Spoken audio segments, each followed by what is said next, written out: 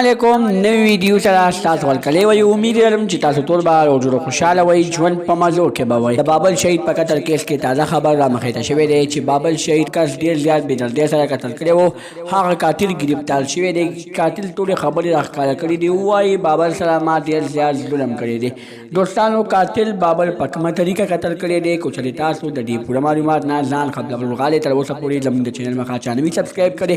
او زموږ د چینل مخه سبسکرایب کړئ تر نشان څخه مخه وغه چې زموږ خلیوانه معلوماتي ویډیو تاسو ته په اسانۍ سره ملاويږي مالدان تغبه کې څو ورځې مخکې ډیره زیاته دردناک واقعه را مخې ته شوې وه چې بابر په مینه کې ډیر زیات بې دردۍ سره قتل شوی و بابر یوه جینۍ ډیره زیاته خوښه وه هغې سره به یې ډیره زیاته مینه کوله هغه جینۍ هم بابر سره ډیره زیاته مینه کوله بابر هغه جینۍ سره نکاح وشوله نکاح کولو نه بعد د جینۍ پلار بابر نه و خوښ بابر ډیر زیات بدې شو په څه وجه پیسو په وجه ځکه چې بابر یو غریب کس و د جینۍ پلار ډیر زیات مالدار او هغه کې ډیر زیات لالچ و د هغه لالچ په وجه باندې خپل زوم ډیر زیات بې دردۍ سره قتل کړو